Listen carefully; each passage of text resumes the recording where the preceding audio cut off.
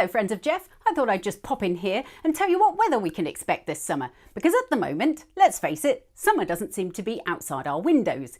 It is feeling decidedly chilly, all thanks to this area of low pressure, and winds go this way around a low pressure, and so we've got this little pool of cold air to the north of us, and that is bringing us some snow over the mountains of Scotland. It's June, we don't want snow.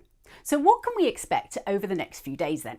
Well, this area of low pressure isn't going anywhere in a great hurry. Normally low pressures are quite nippy little things and they'll get out the way pretty quickly. This one hasn't read the script, so it's meandering around. That means for many of us in the north it's going to stay breezy and unsettled. Further south generally drier here, but everywhere is feeling that little bit chilly considering it's June. Now what happens after that?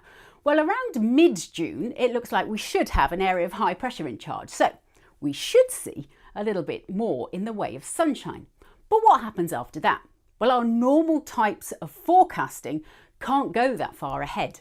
So how do we find out if we're going to have plenty of sunshine for this season, which is barbecue season and car show season, or whether it's going to be a complete washout? And let's face it, last year for England and Wales, it wasn't a very good summer, so we could do with a bit of an improvement on that.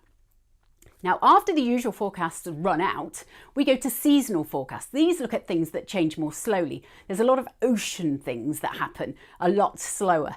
So for El Nino, that's in the Pacific, but it does affect our weather across the UK. And also the Atlantic temperatures. If they're above average, the air generally becomes above average, and then we see more moisture as well and more rain. These things happen more slowly, and so it gives us an idea of what could happen over the next few months. The Met Office look at this and they decide whether or not things like temperature, wind and rain are going to be above average, average or below average.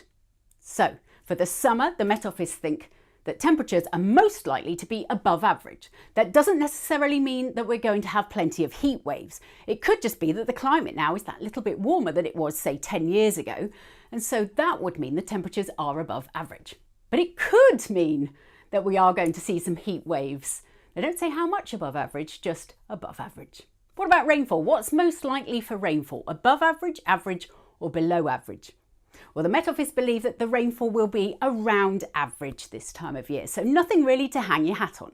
They do think it's unlikely to be a drier year than usual, a drier summer, but it could be average or perhaps above average. Then what about wind? What's most likely with our winds? Below average, average or above average? For the winds, we are most likely to be above average. Now, at this time of year, we don't really have damaging winds, or not too many of them, so the winds aren't likely to be too significant. So what we've actually learnt then is that seasonal forecasts can't really tell you a great deal. The summer could really go either way. We probably will have some sunshine, but we'll probably also get some rain. Didn't tell you anything you didn't already know, really, did it? What it has told you, though, is if anyone tells you that we're likely to see 50 days of rain, or that if there's going to be a certain temperature on a certain date, a month in the future, they're lying. They can't do that. So that's your lesson for the day.